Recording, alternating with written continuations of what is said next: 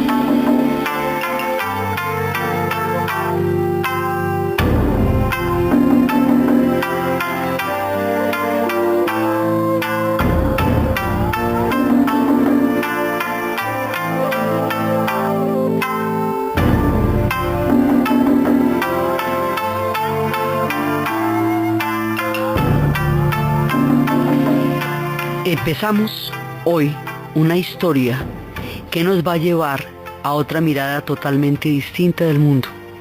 Nos vamos a meter con la historia del país de Japón, la tierra del sol naciente. Y nos vamos a adentrar en un universo que se teje en el mundo de lo invisible.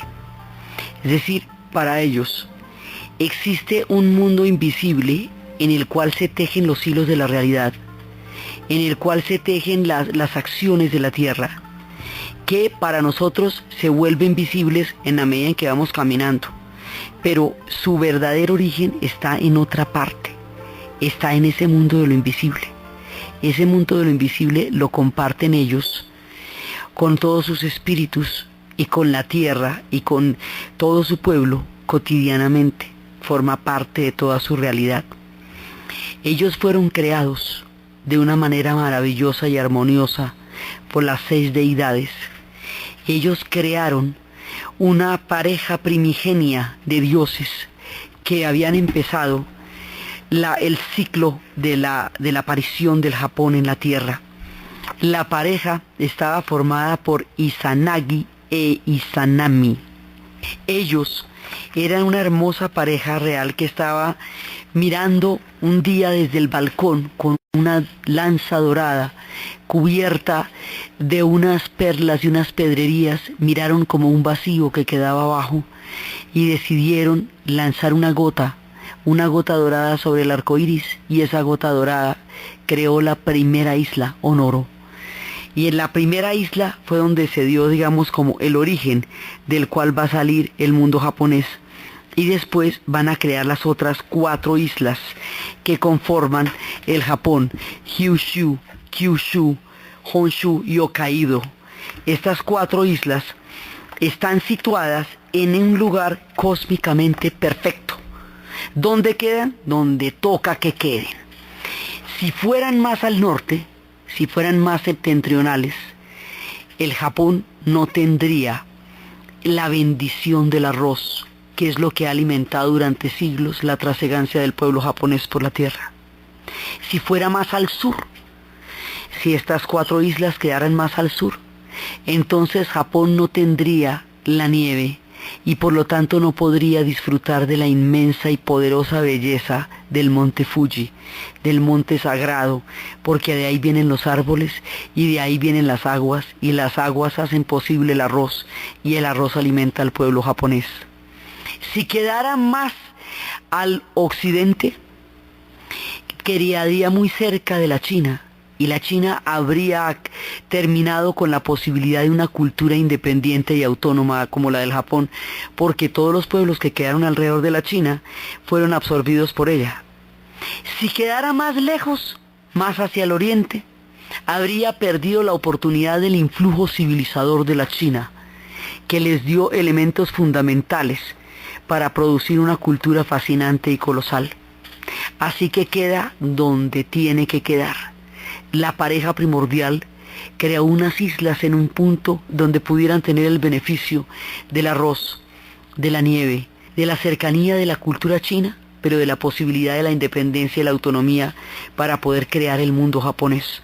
Ahí crearon las islas. Entonces, son un pueblo insular. Los pueblos insulares tienen características propias y exclusivas, únicas. De la misma manera, como nos decía Darwin, que las especies que se crían en las islas son diferentes a las que están en los continentes y tienen un desarrollo diferente. Bueno, pues lo mismo pasa con la gente de las islas. El hecho de estar contenidos en una porción de tierra rodeada por las aguas les da una originalidad y una particularidad a su cultura, y esta es la más particular de todas. El pueblo japonés se va a desarrollar alrededor de la religión del sintoísmo. Y esa religión del sintoísmo es la que proviene de esta pareja primordial. Esta pareja se encontraron a sí mismos hermosos. Y dijeron, el uno al otro ella dijo que a ella le faltaba un pedacito. El otro dijo que a él le sobraba un pedacito, y se pusieron a ver cómo qué iban a hacer con ese tema. Y empezaron a estar juntos y empezaron a tener relaciones, y con eso empezó a crearse el mundo. Ahora, hay una cantidad de variaciones en torno a este mito. Por ejemplo, que se hablaba de una columna. Entonces ella estaba a un lado de la columna, él estaba al otro lado de la columna, y se encontraban y se decían cosas hermosas y estaban juntos. Pero entonces dicen que la primera vez, cuando se encontraron al lado de la columna, ella tomó la iniciativa, Izanami, y le habló a él, y que tuvieron un hijo que no era un hijo deforme, un hijo sanguijuela.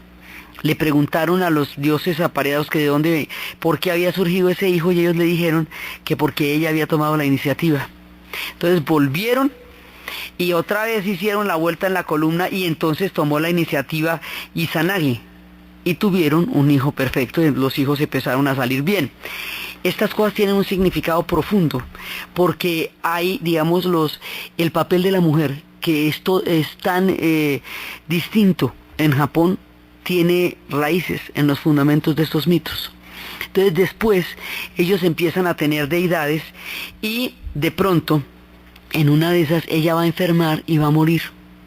Cuando él va al inframundo, lo que le llamamos el yomi, el inframundo, va allá y va a buscar a su amada, desesperado va a buscar a su amada, y aquí nos vamos a meter con uno de los mitos recurrentes, porque resulta que él la va a buscar, le ponen como condición que no la mire, lo mismo que a Dante cuando busca a Beatriz, lo mismo que le va a pasar cuando va a buscar a Eurídice, Orfeo cuando va a buscar a Eurídice, lo mismo que le pasa a Lot con su esposa. O sea, mire, se producen estos mitos en la Biblia, en la cultura japonesa, en la cultura griega, en el mundo de Dante Alighieri, en todas partes. Él se va para el inframundo, y una vez que está en el inframundo ya no se puede alcanzar, porque allí ya entra en otra dinámica. Entonces él mira para atrás, pero cuando la ve putrefacta, porque ella ha comido de los frutos del yomi. Y los frutos del yomi son los frutos de la muerte. Entonces, al haber comido de los frutos del yomi, ella entra en estado de descomposición. Y al entrar en estado de descomposición, él siente horror de mirarla y huye despavorido ante la imagen terrible. Esa situación de verla descomponiéndose por la muerte le produce tal impacto que él va a tomar un baño que lo purifique de haber entrado en contacto con las tierras del yomi. A partir del momento en que toma el baño, los baños se van a volver una cosa absolutamente fundamental en el mundo cotidiano del pueblo japonés, porque ellos se purifican a través del baño diariamente. En las noches se reúnen en unos baños colectivos que llaman onsen, y allí, aparte hombres y aparte mujeres, se bañan minuciosamente, por completo, fuera del pozo de agua. Cuando ya han completado todo el baño, cuando están completamente limpios, entran a compartir el agua, pero no se bañan en el agua propiamente porque el agua es para todos. Se bañan por fuera y comparten el agua como un ritual de purificación y de relajación en las noches. Esto es una tradición antigua que viene de el momento en que él se va a purificar. Esto le va a dar al pueblo japonés todo un sentido de la limpieza, entendiendo limpieza por pureza. Y está presente en toda su vida cotidiana, en la manera como se bañan las manos antes de tomar una comida, en la manera como se bañan las manos siempre que van y salen del baño. O sea, hay todo un ritual. Todo el mundo japonés es ritual, todo. Todo lo que hacen tiene un sentido ceremonial, tiene un sentido sagrado, tiene un sentido ritual. Y se remite muchas veces al origen de la pareja que creó el Japón, otras veces al origen de las otras formas de religión que han llegado. Pero esta religión que van a crear los dioses primigenios es el espíritu fundamental del Japón, se llama el Shintoísmo, y es un culto a la naturaleza, y es donde están anidando todos los espíritus de lo invisible. Es, digamos, ese mundo que ellos comparten, lo comparten con todos los espíritus del Shinto, son los espíritus kami, que ellos dicen que habitan con ellos la tierra. Es una práctica cotidiana. En los espíritus kami dicen que el Japón, como tiene desastres naturales tan terribles, a ellos les dan temblores, a ellos les dan tifones, a ellos les dan volcanes. La destrucción es algo que está presente en la vida de ellos. Entonces dicen que para calmar a los kamis, a estos espíritus que en ocasiones pueden ser terribles, desarrollaron un culto impresionante a la belleza, que esa minuciosidad, esa belleza, esa armonía en la cual todas las formas de lo que ellos tocan adquieren una inusitada maravilla. Esa es la forma como su espíritu mantiene en paz a los kami, para mantenerlos alejados de los permanentes ciclos de destrucciones que tantas veces los asolan. Entonces de ellos, de la pareja divina, van a venir los grandes dioses, y va a venir una diosa que es importantísima, que es Amaterasu. Ella es la diosa del sol. Por ella, porque todos son hijos de ella, ellos son el pueblo del sol naciente, porque allá nace el sol y porque son los hijos de Amaterasu, la diosa del sol, quien con su poder y con su belleza ilumina la tierra.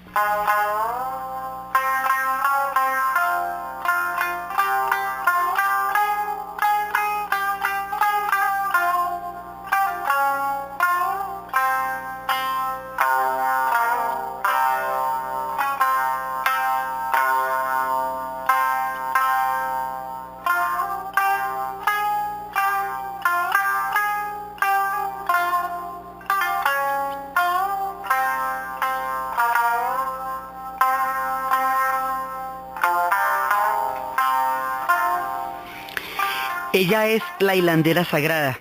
Ella es la que va a hacer los trajes de las sacerdotisas. Es una reina sacerdotisa, teje las ropas de los dioses, y las hilanderas están en su taller, y ella ayuda a confeccionar las prendas que van a llevar los sacerdotes cuando ofician las ceremonias del culto al sol. Y es una posibilidad profunda de tejer el universo, aún incompleto, porque el universo japonés siempre está por construirse, siempre está por terminarse. Esta diosa es, digamos, la diosa más importante, de los más importantes de todo el panteón de ellos. Y hay otro personaje, todos ellos son hijos directos de Izanagi, que después de que ha dejado a su esposa en el inframundo sigue concebiendo deidades. Y otro va a ser Susanoo. Susanoo es un personaje maligno, pícaro, tiene un aire como a Loki. Cuando estábamos viendo la historia de los vikingos, que habíamos visto un dios entre travieso y perverso, que era Loki, que era el que permanentemente le tendía trampas a Odín y a Thor, sobre todo a Thor, porque Thor era ingenuo, fuerte pero ingenuo. Bueno, Susanoo es un hombre así, es un dios de la tormenta. Y en una ocasión, él, que está haciendo siempre cosas terribles, transgresiones, está llevando situaciones disarmónicas, un día, en un ataque de esos de ira y de esos ataques que le dan tan horribles, cogió un caballo celestial y lo despellejó, y lo lanzó en el lugar donde está la hilandería sagrada. O sea, era una directa agresión a Amaterasu. ¿Sí? Lo arrojó allá sobre el tejado de paja de la hilandería sagrada y Amaterasu quedó horrorizada porque era ya como la última de las agresiones. Hemos hecho la copa que ya rebosa, ya no hay más, la gota que rebasa la copa. Entonces ella, horrorizada ya de ver la profanación del espacio de la hilandería sagrada donde se teje el universo, ella se va para una cueva y en la cueva ella se esconde y no, ella no puede esconder porque no quiere hacer el sol. Entonces se esconde en la cueva y esto queda muy impresionante porque pasan los días y entonces el mundo queda sumido en una total y completa oscuridad. Y al quedar sumido en una total y completa oscuridad, la desolación es inmensa. Entonces la miríada de dioses empieza a desarrollar un estratagema para poderla sacar de allá, porque ella entre el horror y la vergüenza se ha ocultado en una cueva y el mundo se ha quedado en la oscuridad y en las tinieblas, porque Amaterasu está avergonzada. Entonces lo que hacen es, traen una criatura hermosa y sensual, que se va desvistiendo y va desarrollando una danza sagrada, una danza lasciva, una danza incitante, y se va desvistiendo y va dejando ver su cuerpo y empieza a lanzar unos collares y unas rocas celestes, y mientras los dioses la miran, los dioses se mueren de la risa y empiezan a tomar del pelo, y Amaterasu se empieza a sentir curiosa. Sé qué es lo que está pasando. Entonces dice, no, pues que por fin encontramos una criatura que sea más linda que tú. Eso inmediatamente la llama a la curiosidad, y cuando ella ve que todos están bailando y que todos están riendo, entonces ella sale a ver qué es lo que está pasando. Y ahí le muestran un espejo que han tallado los dioses, que le muestra su forma sobrenatural y magnífica de diosa. Cuando ella se ve en el espejo y sale, se lo van corriendo un poquito y sale a ver que lo que está haciendo esta criatura celestial, se aleja un poquito de la cueva y se la tapan y le dicen, hasta aquí llega, porque no puede salir, ya no puede volver a entrar a la cueva porque nos mete en la oscuridad. Entonces así conjuran la crisis divina. Hay quienes dicen que esto es una especie de, de conflicto entre el orden y el caos, siendo Amaterasu la hilandera sagrada, el orden cósmico, y siendo Susanoo el dios de la tormenta, el portador del caos, aquel que trae lo que distorsiona, lo que transgrede, lo que produce desazón y desarmonía. Entonces conjuran la crisis sagrada y de esa manera el mundo puede seguir teniendo sol. De estas deidades van a venir otras que se llaman Anoume Oshimi. Luego vienen las deidades, el dios del mar, el dios del que brilla en el fuego, el dios de la sombra que da fuego. Y de todas estas deidades, de Hiko Hoko Demi y de Toyoyama Hime, van a salir unas parejas que son Amatsushimo, y de ellos va a salir Hemu Tenno, es decir, el emperador. Entonces, del ciclo de la deidad, así, directamente, de ahí va a salir la figura del Tenno. Desde el origen de los tiempos, el emperador, al que llamamos el Tenno, tiene un carácter sagrado, porque viene de la deidad primigenia. Eso es lo que lo hace un dios. Entonces, desde el comienzo, hay un tema de que el emperador es un dios y es el Tenno. Entonces esto va poblando el mundo de los japoneses de unos espacios sagrados que ellos conservan. La continuidad del mundo primigenio del Japón con la vida cotidiana que hoy tienen es asombrosa, porque ellos se siguen comportando de acuerdo con las deidades sagradas en medio de la modernidad más frenética, en medio de los trenes bala, de la nanotecnología, en medio de una perspectiva de futuro que resulta de ciencia ficción, en medio de una ciudad como Tokio, tan supremamente frenética y bulliciosa con sus 15 millones de habitantes. Ellos siguen comportándose en el mundo interior con las deidades del shintoísmo que los acompañan en los altares de las casas. Entonces, ¿qué traduce esto? Que ellos comparten su cotidianidad con espacios sagrados. En las casas hay unas zonas que es donde están los altares, que son unos pequeños espacios donde hay flores. Esas flores van cambiando según las estaciones. Si es en invierno, son camelias. Si van a empezar la primavera, son ciruelos. Si ha florecido la primavera, son sakuras, es decir, son cerezos. Entonces las flores están adornando el espacio sagrado. Hay trazos, caligrafía que adorna el espacio sagrado. Y en la calle hay espacios sagrados, en los bosques hay espacios sagrados. Y la manera como ellos especifican o explicitan la presencia del espacio sagrado en los sitios públicos, por ejemplo, es a través de un portal que llaman tori.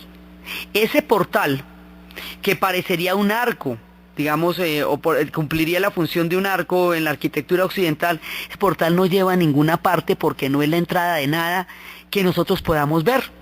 Ese portal marca la presencia de lo sagrado y del mundo de lo invisible. Donde quiera que haya un portal de esos, se sabe que ahí hay un espacio sagrado.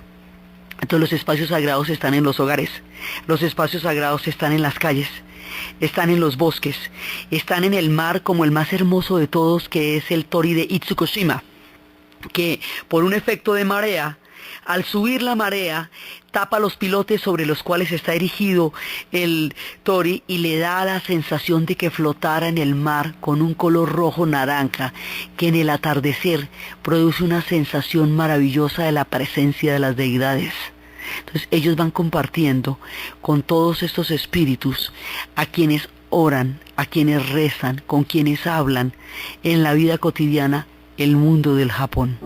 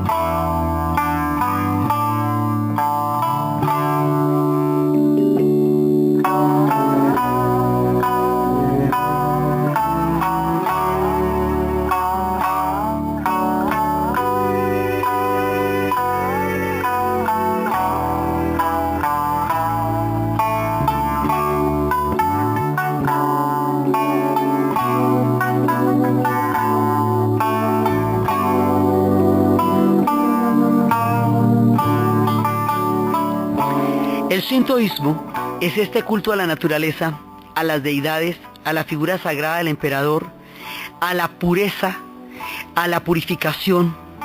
Es, digamos, la base del Japón. Esa es la base. Ellos viven así, se comportan de acuerdo con eso, lo que los hace además vivir en una vibración cósmica distinta a la que vive Occidente.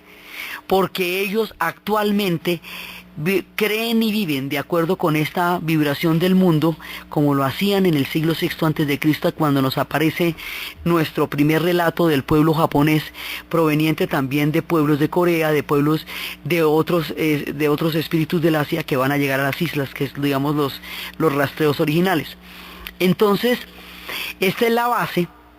Y ellos rinden culto en los altares. En los altares está una botella de sake con un cuenco donde se toma. Está el talismán de la diosa Materazu. Están los frutos que se ponen para que la gente coma en nombre de la deidad. Son frutos en los cuales ellos brindan a los dioses su cuidado y su amor. Y los dioses les brindan a cambio su protección. Esto tiene, digamos, toda una minada, toda una simbología, una serie de promesas. Los toris van creciendo en significado. El más importante de todos es el santuario de Ise, que es como el templo de donde emana toda la divinidad de los santuarios del Japón. Pues es donde el punto más importante de lo sagrado. Eso cada 20 años se destruye y se vuelve a armar. Los ciclos de creación y destrucción son permanentes en el espectro sagrado del pueblo japonés. Entonces ellos van con su religión. Más adelante y crean, digamos, una primera parte en la cultura del pueblo japonés. Más adelante va a venir la influencia de la China. Y la influencia de la China atraviesa primero Corea. Y a través de Corea va a venir toda la influencia que va a darles, digamos, un carácter ya mucho más elaborado, sofisticado de la cultura. Ellos tienen una base todavía no escrita en todo este tiempo que se está formando el sintoísmo. Pero después va a llegar el mundo de la China, y del mundo de la China va a llegar el budismo, y a través del budismo va a llegar un profundo influjo civilizador que le va a dar a los japoneses la oportunidad de apropiarse de estas influencias, elaborarlas, sofisticarlas y desarrollar una cultura distinta y original, propia de ellos, basada en la influencia de la China. Entonces Gautama Buda nace en la India y es allí donde va a predicar su doctrina, es allí donde va a nacer adulto, hijo de su madre. Con ella va a empezar a vivir una vida espléndida en un jardín, y esa vida espléndida en el jardín, en el cual tiene una mujer que es Yodosara y su hijo, y vive en una situación de placidez y maravilla, de pronto se ve interrumpida por una fuga que hace el príncipe Gautama, y se va a encontrar con un hombre enfermo, un hombre moribundo y un hombre viejo, y va a descubrir la vejez, la muerte y la enfermedad, y va a descubrir el sufrimiento, y la idea del sufrimiento le va a producir tal impacto que ya no va a poder volver al jardín sagrado, al jardín plácido, donde sus padres querían que él estuviera siempre rodeado de bellezas y maravillas, como todos los padres quieren y queremos que pase con nuestros hijos. Pero eso no funciona, ni con Gautama Buda, porque el sufrimiento de todas maneras es parte de la vida. Entonces él va a salir y va a buscar cuál es la raíz, el origen del sufrimiento. Entonces al principio se mete en un estado de ascetismo total, de renuncia, y se queda en una piedra y se vuelve un santón, y en la piedra le crecen las uñas, se le alarga el pelo, y al cabo de un rato se siente cochino, harto, y no siente que libere nada. Y dice, bueno, tal vez por aquí no es, y sigue andando. Y sigue andando hasta que va a tener una iluminación. Y cuando tiene la iluminación se da cuenta que el origen del sufrimiento es el apego. Y que el apego es el aferrarse de una manera frenética, pasional, a los sentimientos, a las emociones, a las personas. Digamos, aferrarse de una manera en la que no se permite el flujo de la vida. La idea es que como el budismo reencarna, el cuerpo, cuando ya el alma vaya a reencarnar, tiene que verse liberada de las ataduras, porque eso hace más ligero su paso por el ciclo de las reencarnaciones. Esta idea es de todas las religiones, porque la idea de la pluma con el corazón de los egipcios para entrar, con la balanza de Anubis para entrar al reino de Osiris, es igual, que el corazón vaya ligero de pasiones. En última, la idea de la confesión es aligerar el alma para entrar en la eternidad. Es decir, para entrar en la eternidad o en la reencarnación o en los ciclos posteriores a la muerte hay que irse ligero de equipajes.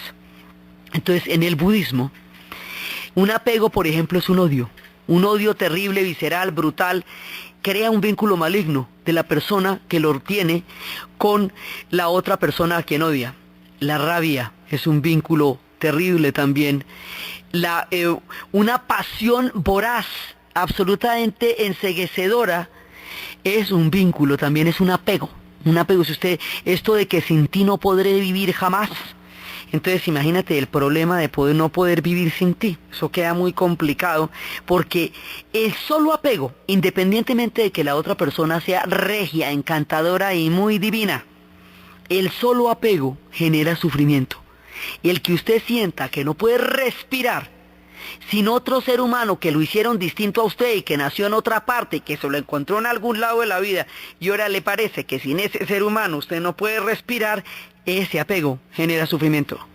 Entonces la idea es irse desapegando. No significa no comprometerse, no significa no amar, no significa no entregarse, significa poder dejar fluir las cosas, poder permitir que los hijos partan, habiéndolos amado con todo el corazón, pero dejarlos que sigan, porque el apego a los hijos hace que la vida de ellos no se pueda dar.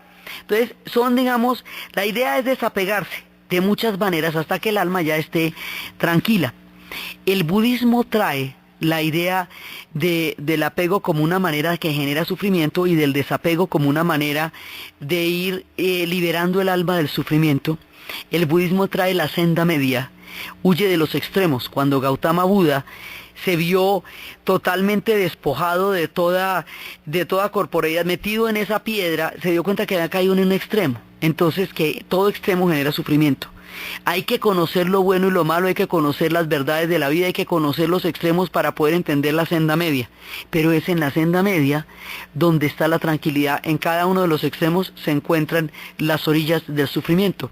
Entonces, el budismo va a traer una dulcificación del shintoísmo, le va a traer un estado de compasión. El budismo es capaz de compadecer, es capaz de entender y de sentir con el otro. Eso hace que el culto del shintoísmo abrace el budismo como una dulzura que le da a la psicología y al alma, como una actitud frente a la vida, y lo incorpore como un elemento religioso. Las religiones en el Japón se van sumando, no, digamos, no se contradicen, no entran en fricción. Lo mismo que usted ve los santuarios, lo mismo que usted ve los portales, y lo mismo que usted ve los templos, también ve los santuarios budistas de un lado al otro, y la gente va para uno y va para otro, reza a los unos y reza a los otros, hace las dos palmadas que despiertan a la deidad del shintoísmo a quien usted se dirige para saludar y orar, pero al mismo tiempo van al santuario de al lado y saludan a Gautama, saludan a Buda. Es decir, no hay oposición entre las diferentes formas religiosas que se van combinando en el Japón. Entonces, con el budismo viene, bueno, por un lado le solucionan el problema de la descomposición y de la muerte que tanto los impactaba. Sigue siendo una costumbre cotidiana, pero deja de ser tan complicado cósmicamente, porque al reencarnar a usted no importa que el cuerpo se descomponga, porque el cuerpo es en ese momento un vestido que usted usa mientras el alma aprende lo que tiene que aprender en esta vida, se sale de él y reencarna en otro mientras el alma aprende lo que tiene que aprender en la otra vida. Entonces el budismo matiza el problema del horror que les producía la descomposición después de la muerte, a partir de la visión terrorífica que tuvo el dios cuando vio a su mujer, a su esposa, convertida en un ser del mundo, del inframundo, al haber comido del yomi, de la tierra del yomi. Entonces el budismo les soluciona este tema. El budismo les va a traer también la escritura, que viene de la China. El budismo viene de la India, pero a pesar de que en la India va a tener un periodo de esplendor maravilloso con el emperador Asoka, que había hecho la paz después de una batalla sangrientísima, donde había logrado una victoria rutilante, pero que a un costo tan grande le parecía vana, hizo la paz con los hombres y con los animales, y recibió el mensaje de Buda, y escribió por todas partes de la India las leyes del budismo. Después viene otra época en que la India retorna al hinduismo, y el hinduismo es capaz de absorber todas las religiones, todas. Por eso el budismo no, digamos, se ve absorbido por el hinduismo, y no es allá donde va a tener su mayor significación, es en la China. En la China llega a través de la figura refulgente del emperador amarillo, y el emperador amarillo siente la iluminación del budismo y entra en contacto con él, con el budismo, a través de la ruta de la seda. Porque la ruta de la seda, ya en su momento más glorioso, la ruta de la seda va a llegar hasta Nara, en el Japón, y de esa manera llega la escritura, porque llega la influencia china. Los chinos estaban muchísimo más desarrollados, ya tenían una elaboración mucho mayor de su historia y de su cultura. Entonces, a través del budismo llega la síntesis de la civilización de la China por la vía de Corea a la tierra de Japón. Entonces llega la primera escritura. Esa primera escritura es el origen de la manera como ellos empiezan a consignar su mundo, y es el origen de los kanjis. Más adelante las mujeres van a desarrollar de una manera silenciosa un alfabeto propio, una escritura propia, que es lo que hoy es el kanji japonés, pero el origen es chino. Entonces, al principio van llegando todas estas formas, las tallas de madera, las doctrinas, la manera como va entrando el budismo. Entonces, en las primeras etapas se siente mucho todavía la influencia de la India, del budismo hindú, sobre todo en las tallas de madera. Después se siente la influencia de la China, a través de los Budas y a través de las doctrinas, y poco a poco Japón se va alejando de las influencias que le han permitido darse forma y va cogiendo una forma propia, hasta que los Budas ya no parecen ni hindúes, ya no parecen chinos, sino que empiezan a ser japoneses. Se está formando una cultura original y propia basada en las influencias de la Gran China, que al traer su influjo civilizador al pueblo maravilloso del Japón, le permite hacer una síntesis, una especie de sincretismo y una síntesis con todo aquello que le trae la China, que les va produciendo la base de su futuro esplendor.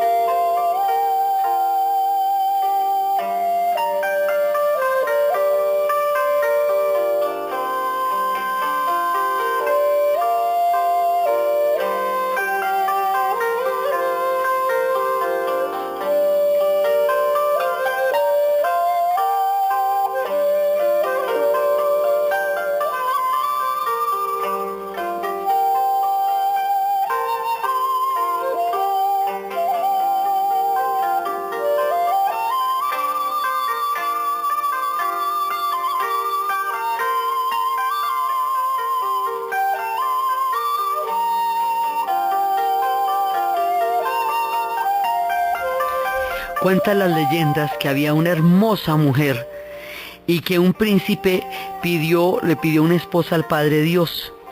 Entonces este le puso a la hermosa mujer y al lado de ella le puso a otra que era fea. El príncipe rechazó a la mujer fea y tomó a la mujer hermosa. El Padre Dios se enojó y le dijo: le di 2 hijas, porque una, la fea, va a conservar la vida eternamente, como la piedra. El nombre de la muchacha lo que significaba era piedra, mientras que la otra lo va a ayudar durante la vida, pero le va a dar prosperidad, le va a dar brillo, pero su nombre significa flor, es efímera.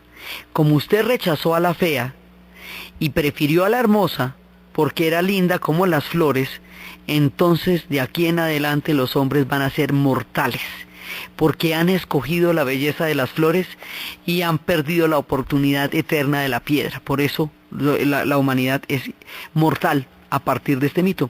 Entonces ellos van sumando todas las religiones y va llegando el budismo.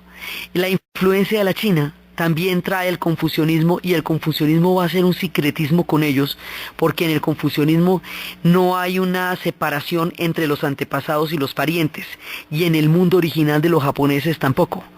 En el confucianismo, los ancianos son los seres del crepúsculo, los que garantizan las cadenas que unen la vida y la muerte, son aquellos que están en el filo de la rueda, que por un lado es la cara de la vida y por el otro lado es la cara de la muerte, y que entienden los misterios de una y otra región.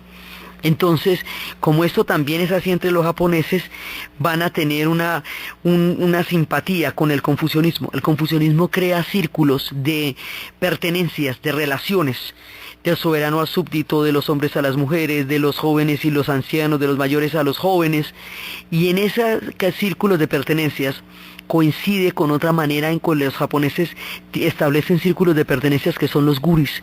Tienen responsabilidades y tienen una serie de cortesías. El mundo entre los japoneses está salpicado de una gran cantidad de sutilezas, y de cortesías que van desde las venias hasta los silencios, pasando por la manera como se relacionan los unos a los otros en una serie de gestos y de símbolos de la vida cotidiana que aparentemente no son visibles al ojo normal, pero que son increíblemente sutiles y determinan un complejísimo haz de relaciones que tienen ellos entre sí. O sea, el mundo japonés, su sentido más valioso, es invisible para los ojos de un occidental, porque se mueve en otro nivel. Ellos viven en el universo de lo sutil, y en el universo de lo sutil un gesto, un guiño, una venia, tienen un altísimo significado de respeto, de cortesía, mientras que en el mundo de Occidente las cosas tienden a ser bastante más explícitas.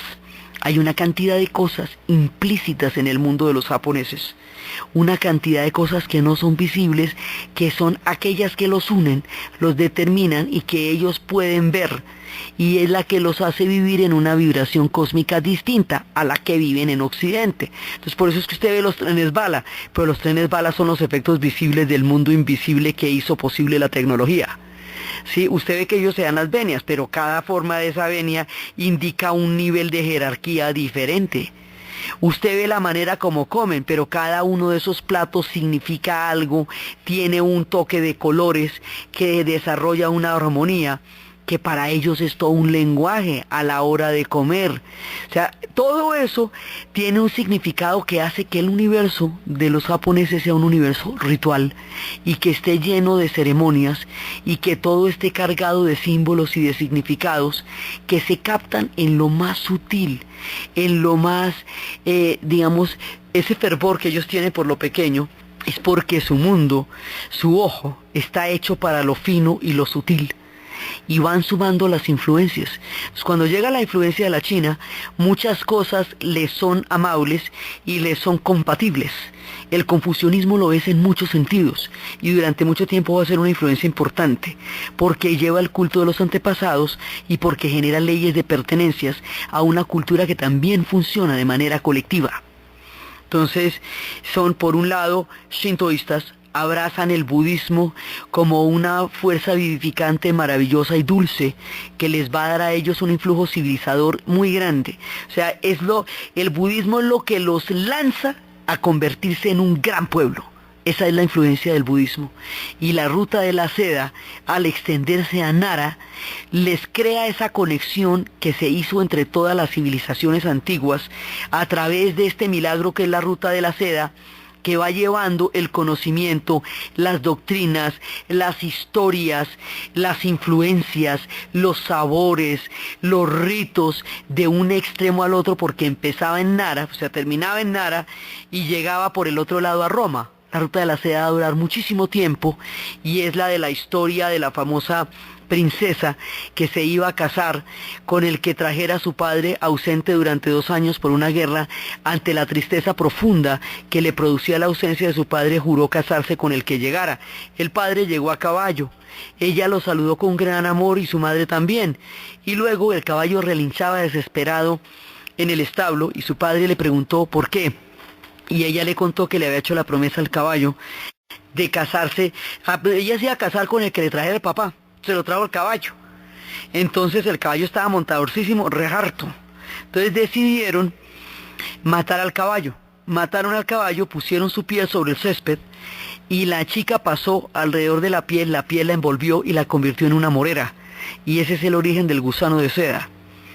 El gusano de seda fue durante muchísimo tiempo un secreto que nadie sabía de dónde venía, pero después una princesa vanidosa la convencieron de que lo llevara en su tocado, y al llevarlo en su tocado salió el secreto de la China.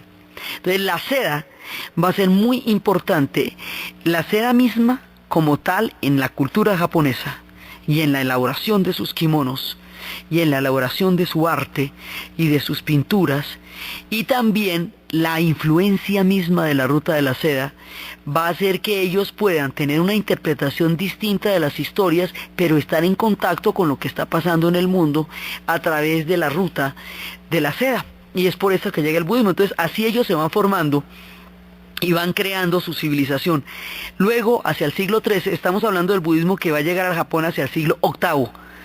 Decimos después de Cristo para ubicarnos como occidentales, porque el conteo de antes o después de Cristo no tiene sentido en Oriente, porque no es así como ellos dividen su tiempo, no es esa su deidad. Entonces, en lo que nosotros llamamos el siglo VIII después de Cristo, es cuando van a llegar las influencias del budismo que había surgido en el siglo VI antes de Cristo en la India y que luego había aparecido en el siglo I en la China, bueno, y hasta que da esa vuelta y llega ya al otro extremo, pasando por entre Corea, por Indochina y por todo lado, pues ya nos cogió el siglo VIII por la mañana, que fue cuando llegó allá. Entonces después viene de la China también, pero dicen que esto es originario de la India. Bueno, hay una cantidad de diferentes interpretaciones acerca de dónde viene.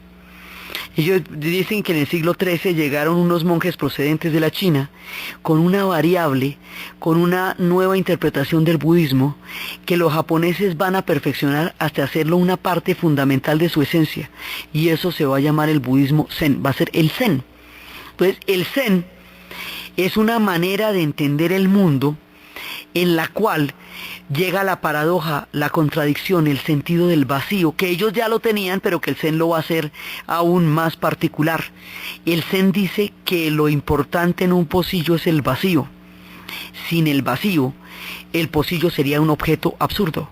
Si un pocillo estuviera lleno, no se le podría echar agua, no podría contener. Su capacidad de contener es lo que le va a dar su valía. El Zen habla de unos instantes cósmicos que son los momentos en los cuales usted está en la contemplación de algo maravilloso. Ese instante es irrepetible. Ese instante está desprovisto de pensamiento, de memoria, solamente se siente. Cuando usted va a hablar de él, está utilizando la palabra. Y con la palabra el pensamiento, con el pensamiento la memoria. Y ahí ya estamos en el pasado, ya no está en el instante. Ese instante de contemplación es un tiempo que añade el Zen, que los occidentales no tenemos, porque los tiempos en Occidente por un lado son lineales y por otro lado son unos tiempos sumamente dinámicos y vertiginosos.